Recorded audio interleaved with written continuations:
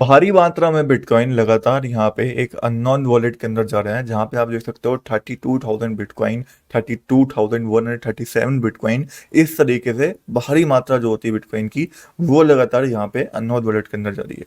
अभी तक जो डाटा निकल गया है उसके अकॉर्डिंग माना जा रहा है ये सारे जो बिटकॉइन है जो अननोन वॉलेट के अंदर गए हैं, ये सारे ट्रांसफर करे गए हैं एम्प्टी गॉक्स एक्सचेंज की तरफ से। अगर आपको नहीं पता एम्प्टी गॉक्स एक्सचेंज क्या है, तो ये वही एक्सचेंज है जो कुछ टाइम पहले यहाँ पे बंद हो गया था, बट इनके पास अच्छी खासे भारी मात्रा में यहाँ पे बिटकॉइन पड़े हुए हैं। एंड पिछले कुछ आवर्स के अंदर एम्प्टी गॉक्स एक्सचेंज ने नियरली 7 बिलियन के बिटकॉइन जो है वो यहाँ पे मूव करने स्टार्ट कर रहे हैं अननोन वॉलेट के अंदर। अब माना ये जा रहा है ये पॉसिबली एक पार्ट हो सकता है उनका जो प्लान था रिकवरी का, जहाँ पे वो रीपे करेंगे क्रेडिटर्स को जो भी उनके क्रेडिटर्स बचे थे। एंड ये हमें अक्टूबर 31, 2024 से पहले होने को दिखेगा। एंड ऐसा अगर होता है तो बिटकॉइन ऑलमोस्ट अपने ऑल टाइम हाई के आसपास ट्रेड कर रहा है, तो बहुत ज्यादा चांसेस रहेंगे कि ये जो 7 बिलियन के बिटकॉइन यहाँ पे ट्रांसफर करे गए हैं, इसमें से अच्छा खासा अमाउंट यहाँ पे हमें सेल होता हुआ दिखे। एंड डेट्स वाई इतने बड़े सेल ऑफ के डर की वजह से हमें बिटकॉइन के अंदर ये डंप देखने को मिला है। एंड बिटकॉइन इस समय पे गिर के $67,800 के ऊपर आके ट्रेड करना स्टार्ट कर चुका है। अभी करंटली अगर आप डाटा देखते हो तो फियर और ग्रीड भी 72 के ऊपर चल रहा है। वहीं अगर हम बिटकॉइन का फ्लोरा चार्ट देखते हैं तो यहाँ पे जो ट्रेंडिंग का ब्रेकआउट आया था वो यहाँ पे फेल होता हुआ हमें दिख रहा है, बिकॉज बहुत अच्छा ये ब्रेकआउट था, यहाँ पे अच्छी खासी रैली भी आई थी। बट अभी के लिए जैसे ये न्यूज आई वैसे ही एक तरह से मार्केट के अंदर फंड फैल गया और यहाँ पे बिटकॉइन हमें क्रैश करता हुआ दिख रहा है। अभी करंटली बिटकॉइन के लिए जो बहुत ज़्यादा इंपॉर्टेंट लेवल हो जाता है वो हो जाता है $64,600 का। जहाँ तक अगर प्राइस गिर के आता है तो यहाँ से रिवर्सल के काफ़ी हाई चांसेस हमें देखने को मिलेंगे।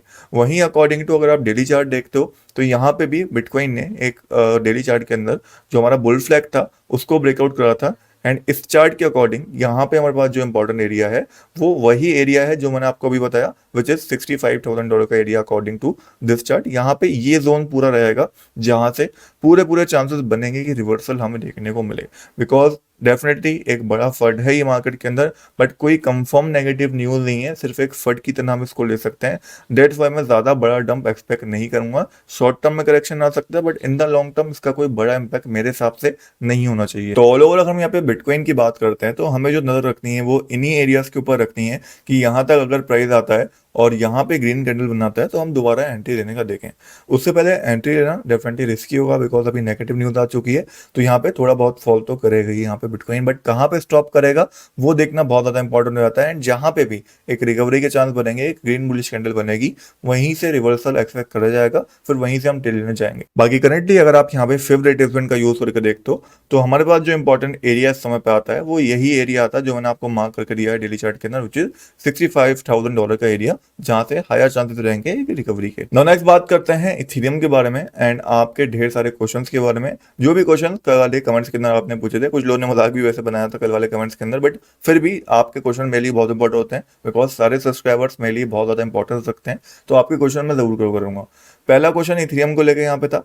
इथेरियम करंटली आप देख सकते हो बिटकॉइन से ज्यादा हमें बुलिश देखने को मिल रहा है, बिकॉज ये भी जो भी ट्रांसफर यहाँ पे हुआ है वो सारा हमें ज्यादातर बिटकॉइन का देखने को मिला है। तो अगर बिटकॉइन क्रैश भी करता है इथेरियम के ऊपर इंपैक्ट पड़ेगा, बट इथेरियम बिटकॉइन से तेज रिकवरी हमें करता हुआ देखेगा जब भी एक जंप आएगा बिटकॉइन के अंदर। दैट्स वाई इथेरियम के अंदर दो बाइंग ऑर्डर मेरे लगे हुए हैं। पहला लिमिट बाय ऑर्डर है $3,700 का, जहां पे मेरी एक ऑलरेडी बाय था। दूसरा जो लिमिट बाय ऑर्डर मेरा रहेगा इथेरियम के अंदर वो $2,863 का रहेगा, या फिर $2,900 अप्रोक्स आप इसको लेके चल सकते हो। जहां तक अगर प्राइस आता है इथेरियम का तो एक सडन जंप मैं एक्सपेक्ट करूंगा कि हमें इस एरिया से देखने को मिल जाए।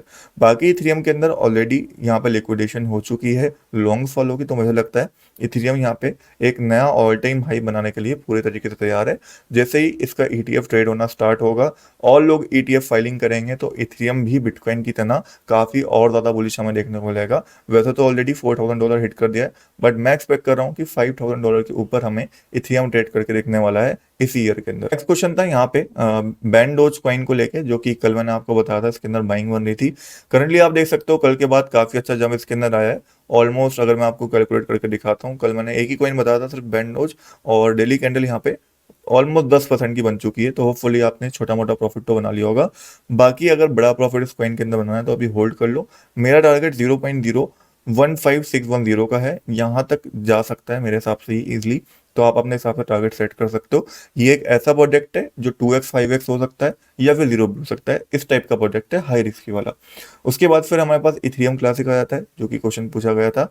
इथेरियम क्लासिक इथेरियम इकोसिस्टम का ही एक पार्ट है, एंड इस टाइम पे इथेरियम इकोसिस्टम एक ऐसा इकोसिस्टम मुझे दिख रहा है जो इस समय पे डंप के अंदर जो भी आप बाय करोगे तो वो तेजी से रिकवर करेगा, चाहे यहाँ पे शिबा इनू कॉइन हो, चाहे ओंडो हो, चाहे बीम हो, चाहे जैस्मी हो, चाहे सैंडबॉक्स हो। ये प्रोजेक्ट के अंदर हमें बुलिशनेस देखने को मिल सकती है आने वाले कुछ दिनों के अंदर। ये सब इथेरियम इकोसिस्टम का पार्ट है, तो इनके ऊपर खास तौर पे हमें नज़र बना के रखनी है। अभी करंटली बात करें, इथेरियम क्लासिक भी उस पार्ट के अंदर आता है। मुझे लगता है इथेरियम क्लासिक ऑलरेडी ब्रेकआउट करा हुआ है। इथेरियम क्लासिक के अंदर भी अगर $25 के ऊपर बाइंग मिलती है तो दोबारा करने जाऊंगा मैं। बाकी मेरी एवरेज बाइंग यहाँ पे $20 के आसपास की है, तो मुझे अभी बाइंग नहीं करना, यहाँ तक आएगा तो करूंगा। अगर आपने नहीं करी तो इथेरियम क्लासिक एक one of the best project है इस समय का, बिकॉज इसकी हाल्विंग भी होनी है एंड इथेरियम इकोसिस्टम का एक मेन पार्ट भी यहाँ पे इथेरियम क्लासिक रहता है। जैसे बिटकॉइन के लिए बिटकॉइन कैश है, वैसे इथेरियम के लिए इथेरियम क्लासिक हमें देखने को मिलता है। उसके बाद बात करते हैं नेक्स्ट सीआरबी कॉइन के बारे में, जो कि अगेन कमेंट्स के अंदर क्वेश्चन पूछा गया था, देख सकते हैं आप।